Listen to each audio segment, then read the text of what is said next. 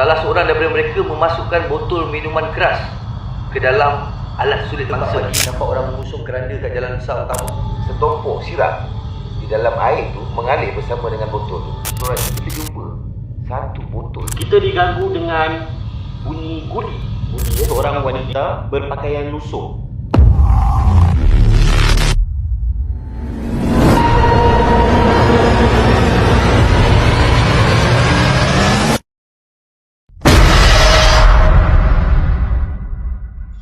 Ya, selamat datang ke Pod Ruang Gelap. Gelap. Jangan tengok. Gelap sana belakang. Okey. Assalamualaikum warahmatullahi wabarakatuh. Salam sejahtera buat semua penonton-penonton di Pod Ruang Gelap. Ini adalah episod yang ke-9. Buat penonton-penonton di TikTok, Assalamualaikum warahmatullahi wabarakatuh. Salam sejahtera semua. Semoga sihat-sihat sentiasa. Semoga dalam lindungan dan juga rahmat Allah Subhanahu Wa Taala dia berikan rezeki melimpah ruah buat diri kita semua. InsyaAllah. Ya Allah. Guys, hari ni kita jauh. Kita kat mana sekarang, Mail? Negeri Sembilan. Negeri Sembilan. Sembilan. Tak ada sembilan. Kita dekat Negeri Sembilan. Okey. Negeri Sembilan di hutan tertua. Dengar. Okey. Kita berada di Negeri Sembilan, guys. So agak jauh hari ni. So tolong bantu dulu untuk kepada YT viewers YT, korang boleh tolong promote channel YT ni kepada korang punya rakan-rakan, saudara mara agar dapat lagi cepat kita naikkan subscriber, dan kita harap daripada bantuan korang ni kita dapat lagi adakan podcast-podcast yang lagi menarik untuk korang yang kita akan hadirkan guys untuk kita punya podcast akan datang. Untuk bila kita achieve 30k lah guys. So sekarang ni masih lagi belum achieve 10k. So, saya harap malam ni kita boleh dapat 10k tu. So saya lepaskan pada Mael untuk kata-kata aluan. Okey, kata-kata kemalu-maluan. So terima kasih geng. Sedar tak sedar kita berada di episod yang ke-9. Bukan. Ini dekat dengan aku yang ni. Okey geng. Assalamualaikum dan kembali kita dalam podcast ni. Sedar tak sedar kita dalam episod yang ke-9. Alhamdulillah. Makin hari makin banyak subscriber baru. Alhamdulillah. Syukur sangat-sangat. Thank you geng untuk Tahniah korang punya guys, support. tahniah yang membantu. Tahniah. Yang sentiasa memberi sokongan. Alhamdulillah. Okey. Dan bagi korang yang dah subscribe, tolong geng jangan korang buat bersahaja. Tolong aktif di ruangan komen. Okey, tolong promote kepada rakan-rakan korang supaya lagi ramai kita dapat subscriber. InsyaAllah kita nak kejar 10k yang pertama dalam masa terdekat. Hampir seminggu Hampir seminggu kita dapat dalam 6k subscriber. Itu adalah pencapaian yang sangat tinggi bagi kita semua. 7k. Alhamdulillah. So tinggal lagi 3k saja geng. InsyaAllah malam ni kita cuba grab ramai-ramai untuk subscribe di YT channel Boss Team Empire. Tapi kau perasan tak? Hari ni episod ke 9. kita dekat negeri 9. Yeah. Kita sampai pukul 9. 9. Tepat 9 melaporkan bahawa kehilangan janggut yang dikatakan bersiri. Dia sponsor telinga keldai. Keldai adalah haiwan yang paling jinak. Ya, hari ni podcast kita disponsor oleh Abang Iwan dengan kuih telinga Mael. Aduh. Alhamdulillah, terima kasih Abang Iwan yang sentiasa bawa makanan untuk kami semua di podcast setiap hari. Dan thank you juga Bos Wan. Walaupun patah semangat dia, walaupun dia down, tetapi dia tetap datang dan dia dengan effort dia lah dengan effort dia yang korang nampak dia struggle apa yang dia hadapi, dan dia still. Terima kasih banyak-banyak Bos Wan. Sentiasa bakal semangat kita orang. Dan juga kepada semua supporter, teruskan support. Tengok belakang kamera tu.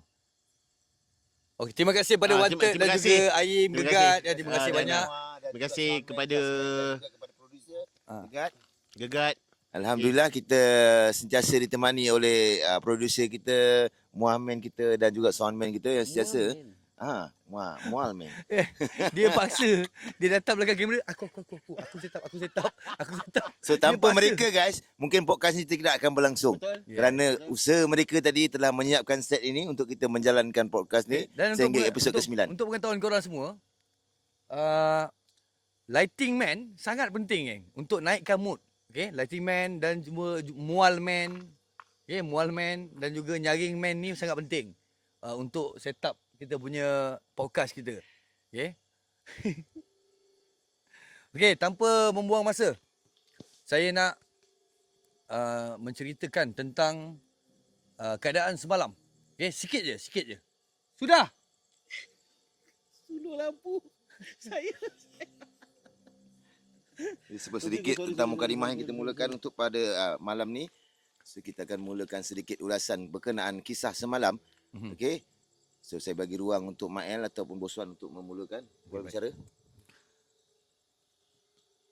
Okey, buat penonton-penonton di Port Ruang Gelap dan juga penonton di TikTok Live Malaysia, terutamanya di dalam live saya Bos Wan 88, Mael, Mael 44. Saya next Iwan. Next Iwan. Okey, kita berada di sebuah lokasi di sekitar Negeri Sembilan. Kenapa kita pilih tempat ni? Kerana kita nak jauh sedikit daripada tempat kebiasaan kita. Saya beranggapan mungkin kalau saya jauh sikit, mungkin kita akan berubah sikit lah Okey keadaan. sikit, betul. Sebab saya beritahu korang terus terang saya petang tadi siapa yang dekat dalam live saya buat live biasa je. Tapi tiba-tiba nak dekat maghrib tu dia rasa macam sayu. Siapa yang duduk dalam live saya nampak saya menumpahkan air mata petang tadi. Tak tahu kenapa tiba-tiba dia disebab rasa sayu, rasa macam saya tak tahu rasa tak tahu macam mana masa maghrib tadi. Dia rasa bercampur baur. Saya nak cerita pun tak reti rasa tu macam mana, tapi siapa yang ada lebih kurang 600 ke 700 orang kat dalam live saya petang tadi. Tengoklah keadaan tu. Tiba-tiba saya tengah bersimbang ni pun tiba-tiba dia sampai rasa tu. Terutamanya perasaan sayu tu. Sayu dan rasa macam keputusasaan yang sangat tinggi. Saya tak tahu kenapa tiba-tiba sampai. Dan kalau korang minta saya penjelasan berkenaan tentang semalam, saya tak ada penjelasan. Korang tengok pun kita dalam keadaan yang terpinga-pinga. Bayangkan, Wanted duduk dekat satu pokok dan kita dah duduk tertumpu mencari kat kawasan tu. Okay?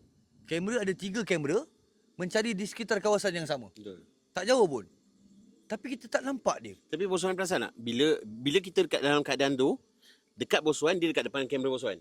Dekat saya, depan kamera saya. Betul. Dekat Abang Iwan, dia dekat depan kamera Abang Iwan.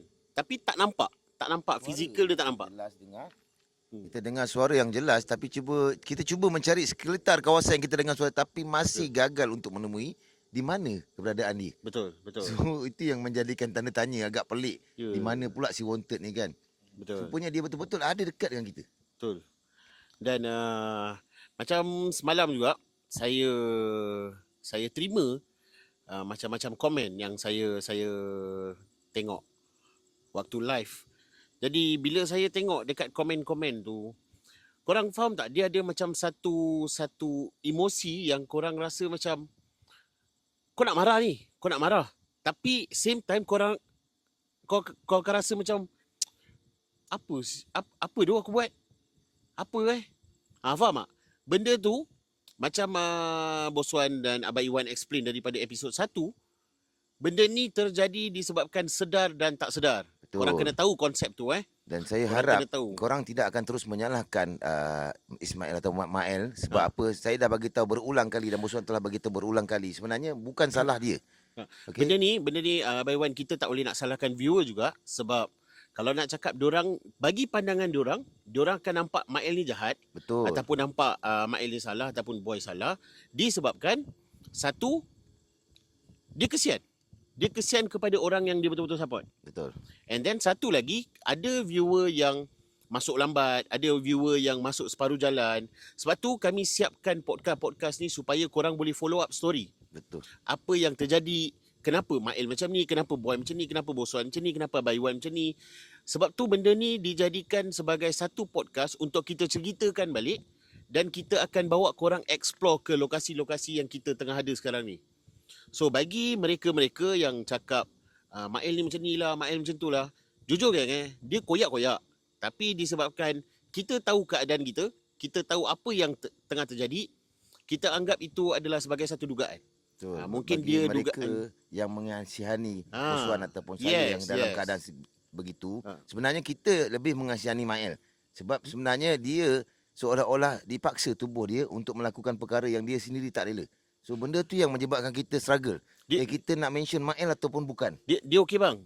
Dia tak tahu lah kalau saya cakap benda ni kan korang cakap aku nak ambil hati ke apa. Tak ada. Benda ni macam saya seorang. Okey, macam Bos Wan dia ada keluarga, Abang Iwan ada keluarga dan anak. Selamat benda ni tak kena kat dorang. Faham tak? Nah, bagi saya macam biar benda tu dekat saya, biar benda tu habis ataupun benda tu dekat boy, biar benda tu habis. Kalau benda tu kena dengan Bos Wan, macam korang tengok macam mana struggle-nya Bos Wan dan Abang Iwan dalam beberapa hari ni. 2 hari ni lah, 2 hari, 3 hari ataupun sepanjang kita orang punya perjalanan ni, macam mana struggle diorang. Okay? Tak pernah selama saya tengok Bos Wan, tak pernah saya tengok semua budak-budak ni tinggi suara dengan dia. Tak pernah. Dan benda tu terjadi dan bagi saya yang datang dan tengok, saya akan rasa apa? Macam teruk siut aku, teruk tu. Kan? Benda tu jadi macam sedar tak sedar, benda tu jadi teruk lah. Tapi saya tak salahkan viewer. Kita tak boleh nak salahkan viewer sebab macam korang cakap, diorang mungkin datang separuh jalan. Yes. Dan dalam titi ni, benda tu still atas bawah orang keluar masuk betul tak? Betul. So korang jangan, saya minta tolong di dalam live, korang jangan bergaduh antara satu sama lain. Jangan bergaduh. Sebab korang kena explain, bagi korang-korang yang dah tahu cerita, korang kena explain dekat dorang. Nak dengar tak nak dengar, biarkan. Sebab tu kita siapkan podcast di mana korang boleh berbincang kat ruang komen tu. Betul. Ruang komen tu diperlukan untuk korang cerita balik. Mungkin ada orang tak faham. Kenapa Bos Wan nak kena marah Mael pula? Kenapa Mael nak kena tengking-tengking Abang Iwan pula? Korang tahu. Cerita dekat situ. Dan mungkin Bos Wan melalui benda tu, mungkin Bos Wan boleh bagi tahu sedikit macam mana apa yang Bos Wan lalui tu.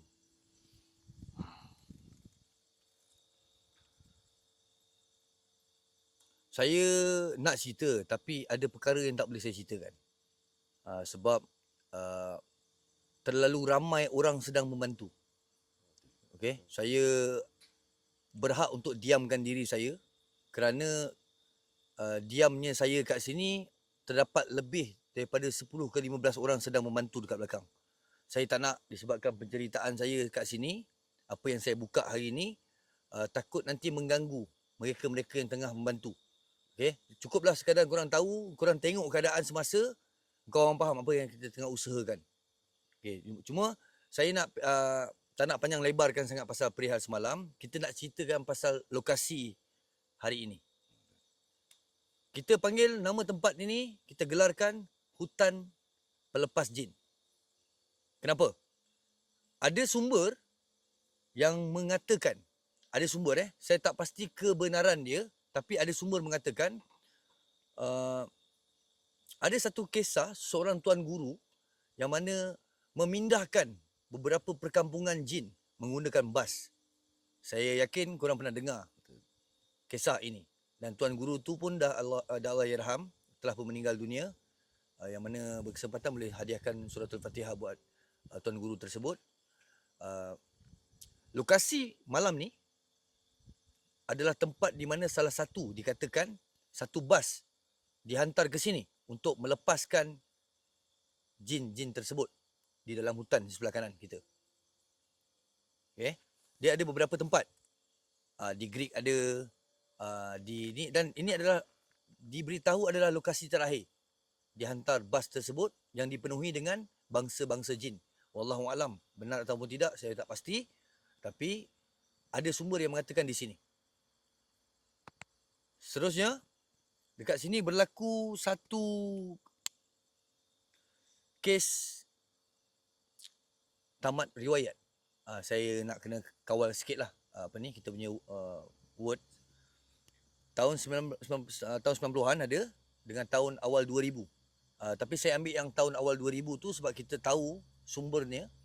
Seorang wanita dikatakan berbangsa India telah pun dibawa masuk ke kawasan ini dengan dalam keadaan sedar oleh beberapa orang lelaki, kemudian diperlakukan yang tidak sepatutnya lah. Setelah selesai, salah seorang daripada mereka memasukkan botol minuman keras ke dalam alat sulit mangsa dan mengakibatkan pecah dan beliau meninggal dunia di tandas di bahagian bawah sana. Ini kisah benar berlaku di sini. Dan disebabkan perlakuan-perlakuan tersebut, berlaku beberapa gangguan-gangguan pelik untuk pengunjung yang datang ke sini. Kat tempat ni dia bukan macam hutan-hutan lipur yang biasa orang datang ramai-ramai. Ini adalah kawasan hutan lipur yang biasanya yang datang sini orang tempatan saja.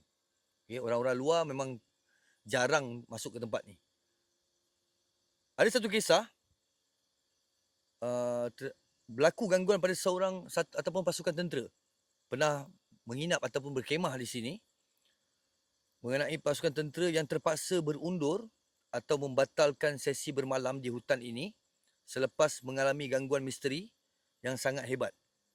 Kejadian ini menguatkan lagi dakwaan bahawa kawasan ini adalah keras. Masa diorang tengah kemah kat sini, korang bayangkan contohlah dia ada dalam satu pasukan, adalah 7-8 kemah mungkin.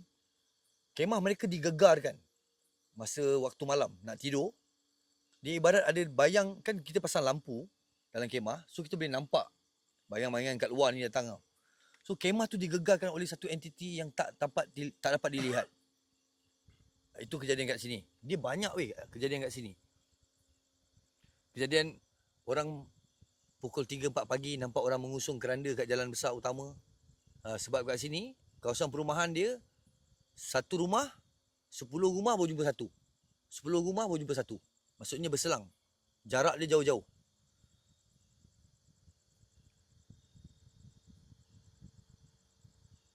Terkenal dekat sini sosok pocong dan juga perempuan berpakaian berwarna putih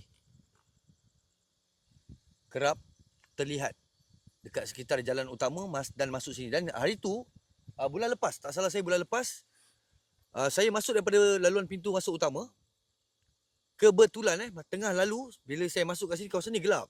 So saya akan pasang lampu besar saya, lampu kereta saya. Kemudian daripada arah sebelah sini, belakang ni, melintas pocong tu dengan laju sampai ke hujung ke air terjun. Itu yang siapa ingat, yang kita terus live pergi mencari sosok tersebut. Tempat ni masih lagi meninggalkan banyak misteri dan banyak juga orang-orang kat sini yang mana menggunakan ataupun ingin melepaskan apa-apa saja ilmu ataupun perubatan, dia akan lepaskan kat sungai ni. Itu banyak. Macam 2-3 tahun yang lepas saya pernah nampak ramai, ada 2-3 lebih perawat datang kat sini bawa pesakit-pesakit dia, duduk dekat dalam air terjun, air sungai pada jam 2-3 pagi. Tengah melakukan sesi rawatan untuk buang segala benda-benda yang tak perlulah pada tubuh badan. Saya akan minta Mael ataupun Abang Iwan, sebab diorang pun dah beberapa kali kat sini, so dia boleh ceritakan melalui pengalaman. Yang ni saya cerita ni semua info-info yang saya dapat. Okay, yang saya dapat, ini kita dengar sendiri daripada pengalaman Abang Iwan sepanjang dia pernah berada kat sini. Okay, Assalamualaikum dan selamat malam kepada semua. Saya ceritakan, kongsikan sedikit lah tentang apa yang saya lalui sewaktu saya buat eksplorasi di sini. Sama juga macam Bos Wan kata tadi, kali kedua saya rasa saya datang ke sini yang melihat satu kelibat yang mana kita baru sampai ketika itu, melintas dan laju ke arah air terjun, dan waktu itu kita tak sempat apa-apa, kita capai kamera terus kita follow live masa tu. So pada ketika itu saya agak pelik sebenarnya datang dari mana dan apa sebenarnya yang berlaku dekat sini. So daripada pengalaman yang kedua, sewaktu kita eksplorasi, kita jumpa satu botol yang dilepaskan. Mungkin saya tak tahu macam mana botol tu boleh melalui aliran sungai tu. Dan apa yang menjadi pelik, saya nampak setompok sirap di dalam air tu mengalir bersama dengan botol tu. So untuk menjadikan benda tu orang kata mengelakkan saya meragui benda tu, saya ambil botol tu. Saya nak tengok sebenarnya apa isi kandungan botol tu. Tapi agak terkejut lah, sebenarnya botol tu adalah botol yang dihanyutkan. Mungkin ada perawat-perawat yang melepaskan barang-barang ini untuk dihancurkan, untuk dihanyutkan. Tapi kita tak expect untuk kita buka tu untuk kita lepaskan. Tapi benda tu menjadi masalah pada ketika itu. Dia menjadi gangguan kepada kami waktu kita eksplorasi. Dan saya sendiri pun waktu itu saya memang niat saya nak memusnahkan juga. Tapi kita cuma nak tengok apa benda barang tu. Dan saya boleh katakan di sini memang laluan sungai dia memang kerap digunakan untuk membuat pelepasan ataupun untuk menghanyutkan barang-barang sihir. So malam tu, pagi tu waktu saya cuba nak melepaskan barang tu tersangkut. Walaupun aliran air deras, tapi barang tu tak nak pergi. Dan seolah-olah saya mendengar, saya rasa jelas saya dengar, suruh minta lepaskan. Saya rasa mereka pun masa tu pun dengar juga suara tu, lepaskan. So saya tidak akan cuba mengikut syarat ataupun saya akan berurusan dengan benda tersebut. Sebab kalau saya buka, masalah tu akan menimpa diri saya dan kepada mereka juga. So saya ambil jalan mudah, kita selesaikan balik barang tu, kita hanyutkan barang tu, sampailah kita cuba untuk memusnahkan pada satu ketika barang tu tersangkut. Dan kita ambil kaedah kedua, cuba untuk memusnahkan dari kita membakar barang tu. Tak berjaya juga. Dia Dia meletup. pandai tau. Bila nak musnahkan benda tu, dia kacau dua tempat. Betul. Dia Dia buat cuba kita lari mengalihkan ke sini. perhatian supaya Yes. kita tidak fokus untuk sama-sama membantu. Betul? So apa yang menjadi saya terkejut waktu tu, ketika saya membacakan surah-surah untuk saya membakar barang tu, meletup. Tapi botol tu tak pecah. Meletup tu seumpama daripada dalam botol tu. Kalau korang yang pernah lihat daripada TikTok live kita, masa waktu kita explore di sini, mungkin korang pun agak pelik. Dan waktu tu tangan saya tiba-tiba rasa macam menyucuk merah, panas. So saya tak ada option. Saya kena juga selesaikan perkara tu. Kita hanyutkan juga dekat aliran sungai yang bawah tu. So kita tawakal lah apa jadi pada barang tu. Yang penting kita dah putuskan semua supaya tidak mengganggu ataupun bawa balik ke tempat masing-masing lah. So itu daripada pengalaman saya lah. Okay, kita kongsikan juga pengalaman daripada Mael juga yang pernah explore di sini. Macam saya kalau yes. Kalau saya macam saya first time saya tak pernah tahu tempat ni.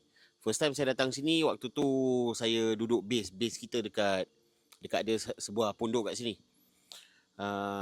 Kita bertapak buat base macam biasa, kita buat live, cakap-cakap apa benda semua. Kita diganggu dengan bunyi guli diganggu dengan bunyi guli, tetapi kawasan tu terang tau, kita pasang lampu keliling, kita pasang lampu. Tak ada satu pun guli yang kita orang jumpa. Dan bila kita tengah sibuk mencari guli tu,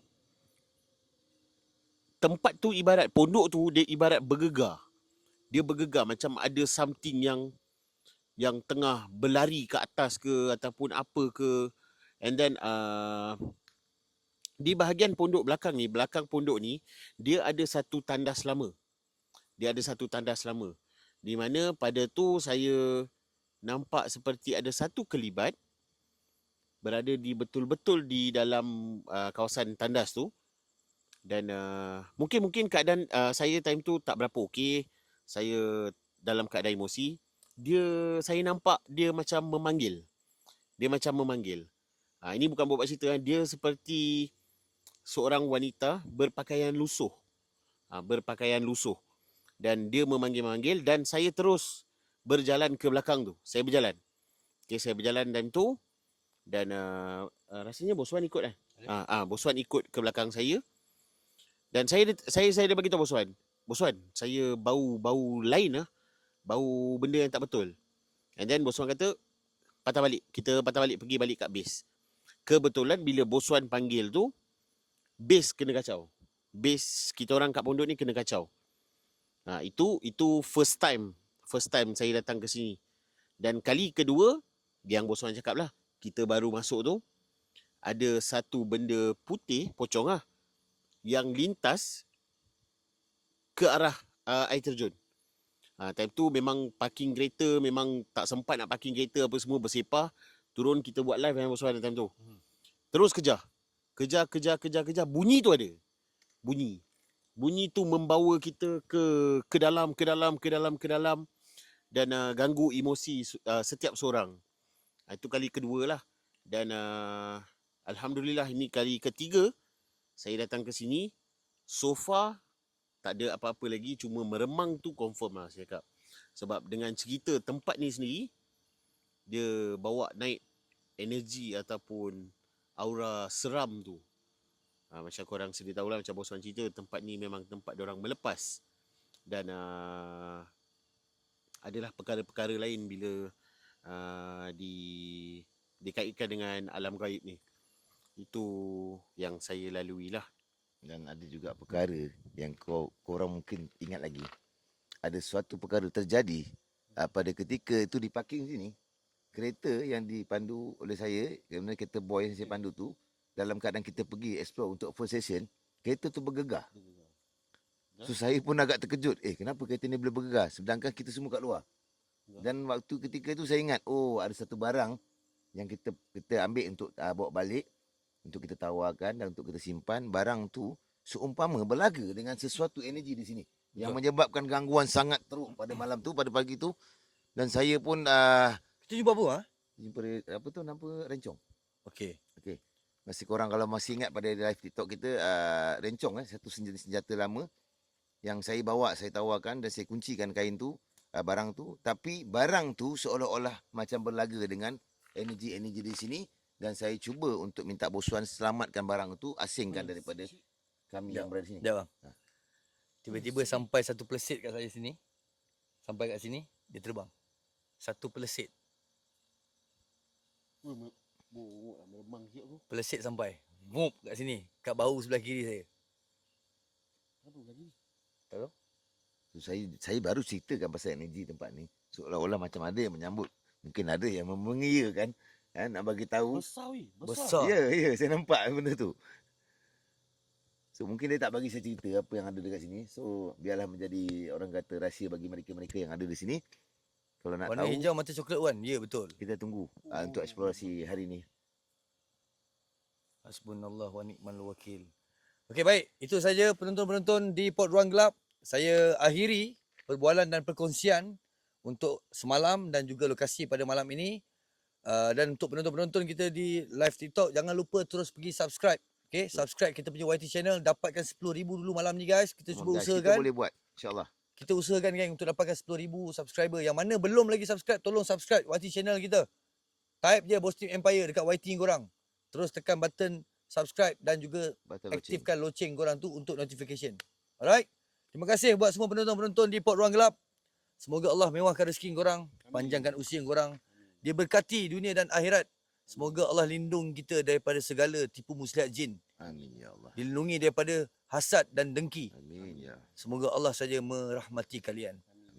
Assalamualaikum. Saya Bos Wan. Dan saya Mael. Dan saya Iwan. Ini adalah Port Ruang Gelap.